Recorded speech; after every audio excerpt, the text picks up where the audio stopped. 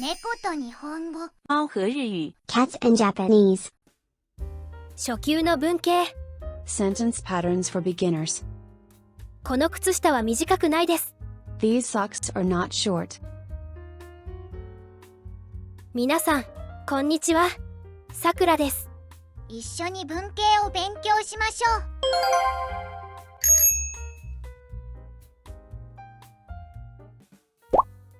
基本の会話。この家は小さいです。This house is small. この家は小さくないです。This house is not small. この家は丈夫です。This house is sturdy. この家は丈夫じゃないです。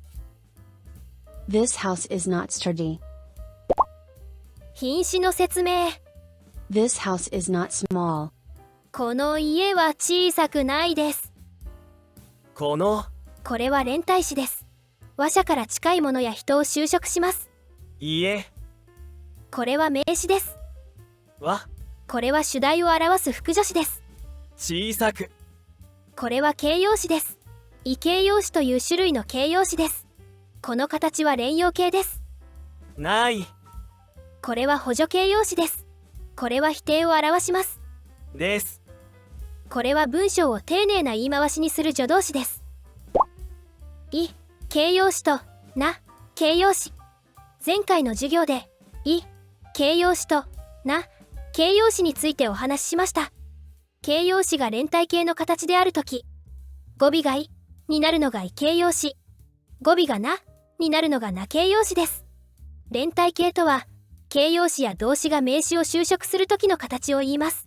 Expensive shoes. 高い靴。Strange shoes. 変な靴。う。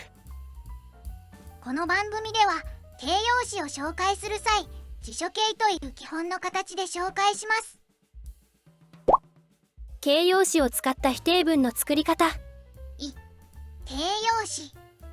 This house is small. この家は小さいです。これはい形容詞を使った肯定文です。これを否定文にしてみましょう。物の容積が少ない。小さい。小さい。This house is not small. この家は小さくないです。形容詞の最後のいを取ってくないですをつけます。くありませんをつけてもいいです。This house is not small. この家は小さくないです。This house is not small. この家は小さくありません。形容詞を使った否定文の作り方。形容詞。この家は丈夫です。This house is sturdy. これはな形容詞を使った肯定文です。これを否定文にしてみましょう。健康な、壊れにくい。丈夫。丈夫。